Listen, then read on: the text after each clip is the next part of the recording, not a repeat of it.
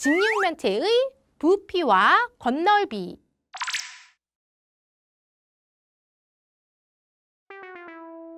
개념 펼치기 문제입니다.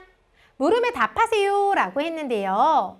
주어진 직육면체의 일부분을 잘라내어 정육면체 모양을 만들려고 합니다. 정육면체는요, 모든 모서리 길이가 같은 직육면체였죠.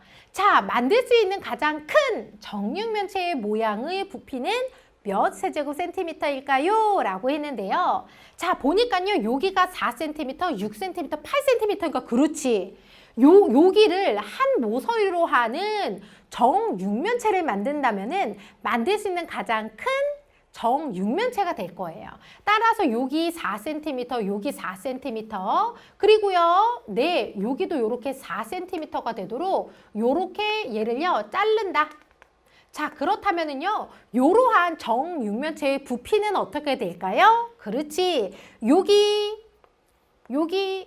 길이를 곱하면 되지요. 한 모서리의 길이가 4cm인 정육면체니까 4 곱하기 4 곱하기 4를 한 4, 4, 16에다가 4를 곱하니까 64가 되겠습니다. 따라서 여기에서 만들 수 있는 가장 큰 정육면체의 부피는요, 64 세제곱 센티미터가 되겠습니다. 자, 두 번째 문제 볼게요. 주어진 직육면체의 일부분을 잘라서 정육면체 모양을 만들 거예요. 만들 수 있는 가장 큰 정육면체 모양의 부피는 몇 세제곱 센티미터일까요? 가 바로 문제인데요. 네, 맞습니다. 여기가 지금 3이니까요. 만들 수 있는 가장 큰 정육면체의 한 모서리의 길이는 바로 3cm가 되겠죠. 따라서 얘를 한 모서리로 하는 요러한 정육면체가 바로 여기에서 만들 수 있는 가장 큰 정육면체가 되겠다 하는 것을 알 수 있겠습니다. 얘의 부피는 어떻게 될까요? 그렇지. 여기 길이를 곱하면 되는데요. 한 모서리의 길이가 3이니까 3 곱하기 3을 한 얼마? 3, 3에 9에다 3을 곱한 27이 되겠습니다. 따라서 여기에서 만들 수 있는 가장 큰 정육면체의 부피 27 세제곱 센티미터 되고요. 그 다음 3번입니다. 주어진 직육면체의 일부분을 잘라내어 정육면체의 모양을 만들려고 합니다. 만들 수 있는 가장 큰 정육면체 모양의 부피는 네, 이번에도요, 봤더니 여기 길이가요, 모서리의 길이 중에 제일 짧아요. 따라서 얘를 한 모서리로 하는 정육면체가 만들 수 있는 가장 큰 정육면체가 되겠죠. 즉, 한 모서리의 길이를요, 10으로 하는 이러한 정육면체를 만들 겁니다. 자, 이때 얘의 부피는 그렇지. 여기 길이를 곱하는 거니까 10을 3번 곱하는 거네요. 따라서 1000이 되겠습니다. 정답 1000 세제곱 센티미터고요. 그 다음 주어진 직육면체의 일부분을 잘라내요. 정육면체 모양을 만들려고 합니다. 같은 문제죠? 만들 수 있는 가장 큰 정육면체 모양의 부피는 몇 세제곱 센티미터일까요? 네, 여기 길이가 제일 짧으니까 얘를 한 모서리로 하는 정육면체를 만들 수 있겠다. 즉, 한 모서리의 길이가요, 12cm인 정육면체의 부피니까 12를요, 한 번, 두 번, 세 번 곱하면 되겠습니다. 12를 곱할게요. 그러면은요, 24, 여기가 10이니까 144다. 144에다가 11을 한 번 더 곱해야 되지요.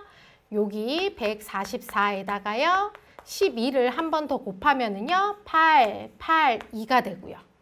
요렇게 되니까 하나 올라가고요. 여기는 7, 1 해서 1728이 되겠습니다. 정답 1728 세제곱 센티미터 이렇게 되겠습니다. 자, 그 다음 5번 볼게요. 이번에는요, 그림을 보니까 다르다. 자, 문제 살펴볼게요. 작은 정육면체를 쌓아서 그림과 같은 직육면체를 만들었는데요. 이 직육면체의 부피가 144세제곱센티미터라면 작은 정육면체 한 개의 부피는 몇 세제곱센티미터일까요? 라고 했는데요. 요 정육면체가 여기 안에 몇 개 들어가 있냐면은요. 하나, 둘, 셋, 넷, 다섯, 여섯. 한 층에 6개씩 몇 층이냐면은요. 3층입니다. 6개씩 3층이니까 여기에는요. 18개의 작은 정육면체가 있는 건데요. 자, 여기에는 작은 정육면체 18개를 가지고서 이만큼의 부피를 만든 거니까 정육면체 하나의 부피는 얘를 18로 나누면 되겠습니다. 144 나누기 18을 계산을 하면은 돼요. 이번에도요. 네, 요거 나눗셈을 이제 계산을 하면은 되는데요. 요렇게 나눗셈 하면은요. 얘를요. 20 정도로 한번 생각을 해봐봐요. 그러면은 여기 안에 140 정도니까 여기 안에 7번 정도 들어가지요. 그래서 7번 들어가나? 8, 7에 56. 더 들어갈 것 같아요. 그래서 8번 들어간다. 요렇게 조절을 해보면은요. 8, 8에 64. 8에다가요. 6을 더하니까 정확하게 요렇게 나옵니다. 따라서 얘 얼마구나? 8이다. 즉, 요 작은 정육면체의 부피 하나는요. 8세제곱센티미터다. 요렇게 구하면 되겠습니다. 물론 자, 요러한 나눗셈 계산해도 되는데 우리는요. 자연수 나누기 자연수를요.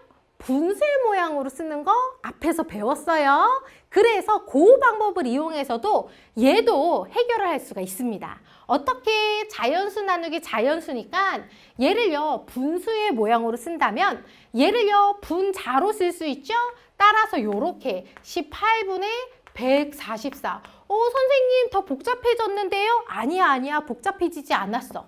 여기에서요 약분을 하면은요 수가요 간단해지거든요. 따라서 얘를요 이제 2로 약분을 할 거예요. 둘 다 짝수니까 2로 약분을 하면은요 9가 되고요. 2로 약분을 하니까 72.